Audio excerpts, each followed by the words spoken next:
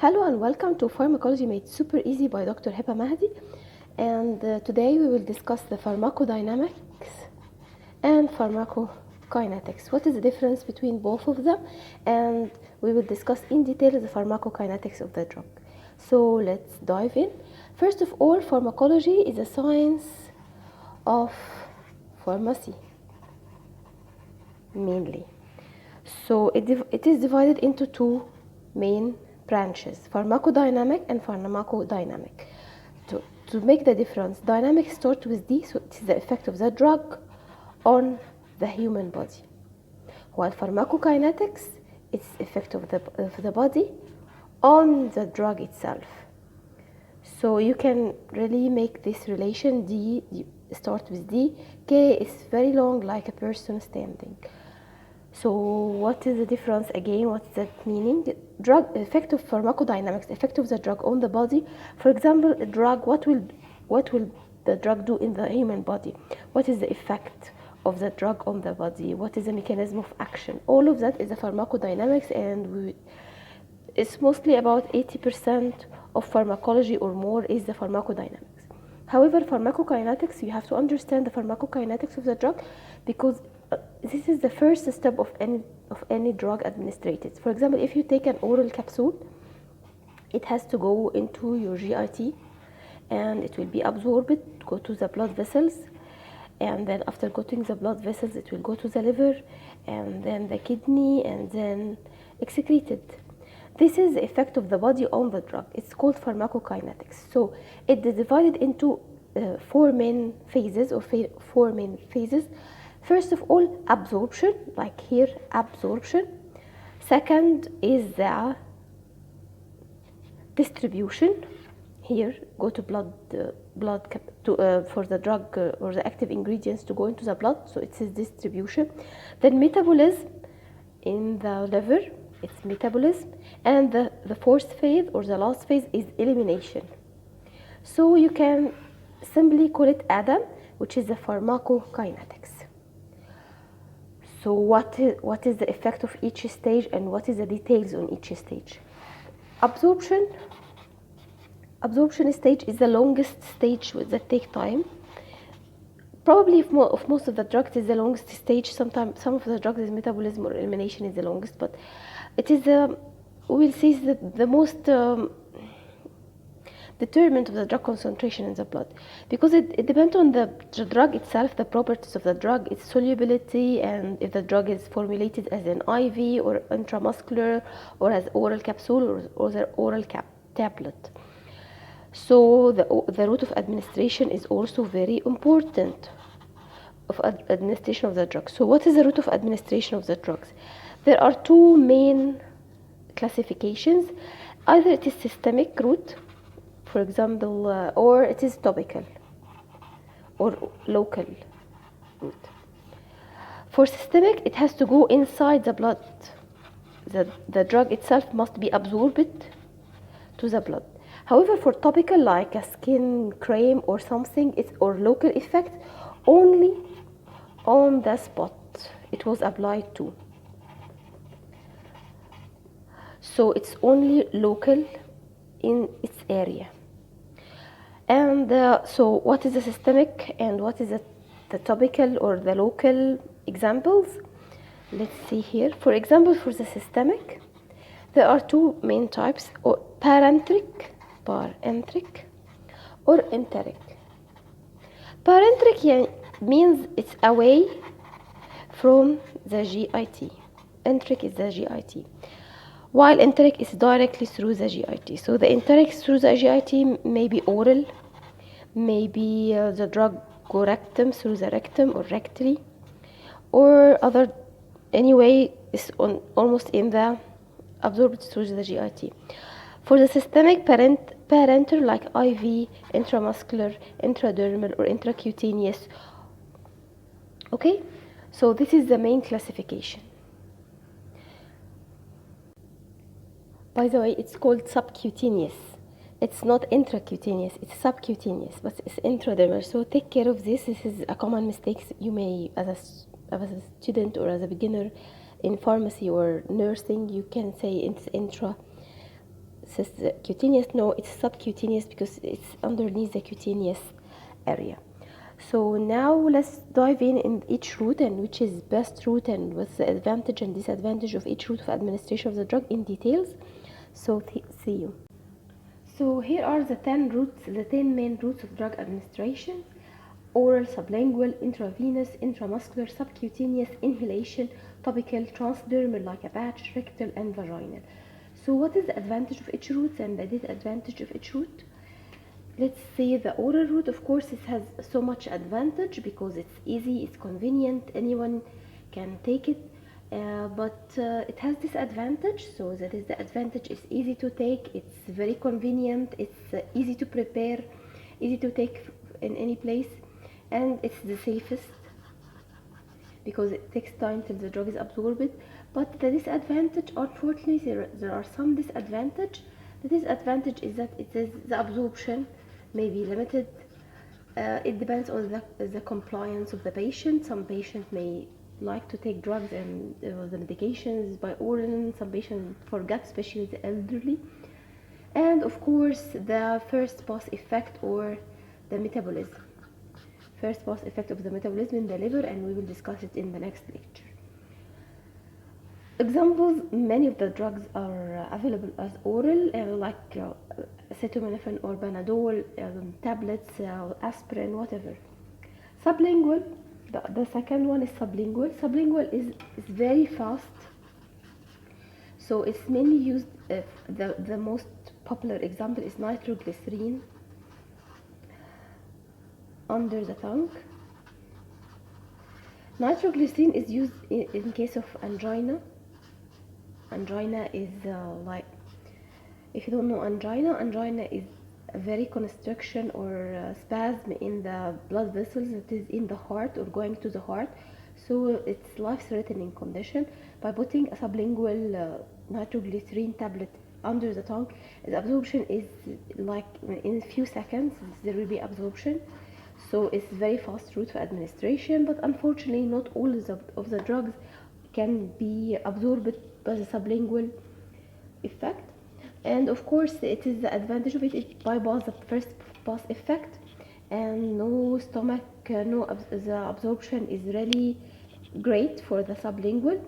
However, only certain types of the drug can be administered, and of course a big part of the dose is not absorbed because of the patient may swallow it, not wait until it's completely soluble under his tongue. So the third is the intravenous, is using injection.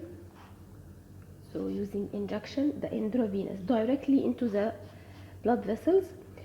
The advantage is that it's very, very, very fast action, like 100% of the drug administered is already available in the blood within seconds.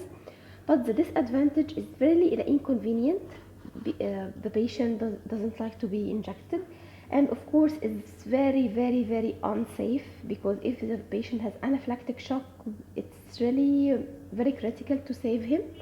So it's not really recommended to do intravenous except in the hospital. So that is the intravenous. Intramuscular is a great route for administration, because the intramuscular, there are different types. It takes time to be absorbed, so sometimes it's a depot, especially if it is oil preparated. If the injection is oil preparation here is oil, so it may still in the muscles because it is intramuscular. So the oil penetrates the muscle, and it will be like a reservoir that will distribute the drug or the active ingredient into the blood in slow motion, slow amount, so it becomes like a depot or reservoir. So that's the intramuscular. And of course, if it is water soluble based injection, it will go in the blood within few hours, maybe less than half an hour, and it will be fantastic. It's really suitable if the drug volume is very moderate, and suitable only for certain amount of drugs. Sometimes the drug cannot be administered orally, so we give it intramuscular. But of course, it's very painful. Patient don't like injection, and again, there is sometimes it's really painful for the patient, as well as some of the drugs cannot be absorbed intramuscular. So that is a disadvantage. For the subcutaneous and the major subcutaneous, it is the insulin. Remember, insulin is usually given subcutaneous. Insulin is used for the diabetes, and it's really more convenient than intramuscular and intravenous. But however, the subcutaneous is really still, its injection still is painful, and it's very suitable for insulin. It's suitable for subcutaneous for vaccination, because it takes long time for administration, long time for absorption. So that long time of absorption make it a suitable way for slow released drugs. So if you have a slow release drug, you can put it like a capsule inside subcutaneous. It will be sustained release a specific amount to go to the blood vessels. Again, for the number 6 route of administration is inhalation. Inhalation through the lungs to the lungs, from the nose to the lungs, or from the oral cavity to the lungs, the trachea and lungs. It's really working perfect for local pulmonary or diseases of the lung. It works perfectly. It's not systematic way, or no drug will be absorbed systemically except a few percent. So it's really used mostly for asthma and for respiratory problems. However, it has disadvantage because it's sometimes erratic absorption, erratic dose. Some of the patient cannot be inhale the drug efficiently, so it's really inconvenient also for the patient. The seventh is a topical. Topical is it's on the skin. You apply the ointment or the cream on the skin. Here is on the skin, so it will be here, it will be absorbed. Usually it is local effect, like if there is an irritation on the skin or something, it's local effect. Most of the topical is local effect. Of course, it's convenient, it's easy to apply, it's easy to use, and most patients like any topical. However, sometimes systematic absorption may take place, especially if it is very, like for example, the local anesthetic can be absorbed systematically, and this may cause the heart disease or the heart to stop. So it's preferred really to take care if it is a local effect only. Sometimes we add epinephrine or adrenaline to the formulation, so that it make the blood vessels smaller, or construction of the blood vessels, and make the systemic absorption less systemic absorption from the topical route. Another way that is applying to the skin also is transdermal. It's usually a patch with a drug reservoir inside the patch.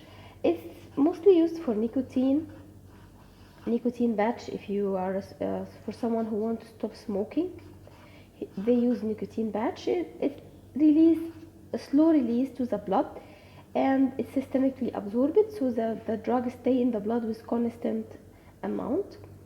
That is for the patch. Of course, it depends on if there is irritation on the skin, it will cause systemic absorption to be more. Sometimes the patient compliance is a problem here. Sometimes the patch get away from his skin, and he doesn't care to put it back. So the transdermal is still a good way of drug administration, route of administration, but it has some disadvantages.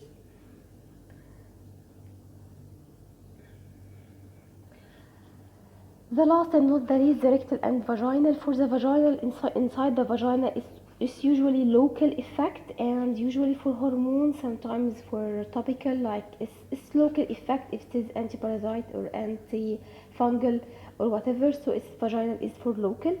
Of course, there is inconvenient, and sometimes there is systemic absorption from the vaginal. This is not the major problem. The rectal is a systemic way or local. It depends on the drug. Sometimes laxative is used for local effect, and sometimes there is like NSAIDs, like Profen or some different dosage of the drug or different treatments used rectal, especially used in children because children cannot swallow, and the mother is easy to give suppository, rectal suppository to the child, and the child will not remember, and so the rectal is used mainly by that. Mainly you will find many different products of rectal suppository, especially in the children or children at drug or medications. However, it has many problems like its erratic absorption. The drug must be very sometimes cause irritation and cause diarrhea for the person who is taking it, and it's not well accepted route, especially by anyone, and that's mainly why it is not suitable to use for every medication or for every dose. So that was the 10 mainly routes of administration, and see you in the next lecture. We will talk about the pharmacodynamics of the drugs and mechanism of drug absorption in the GIT. So see you next.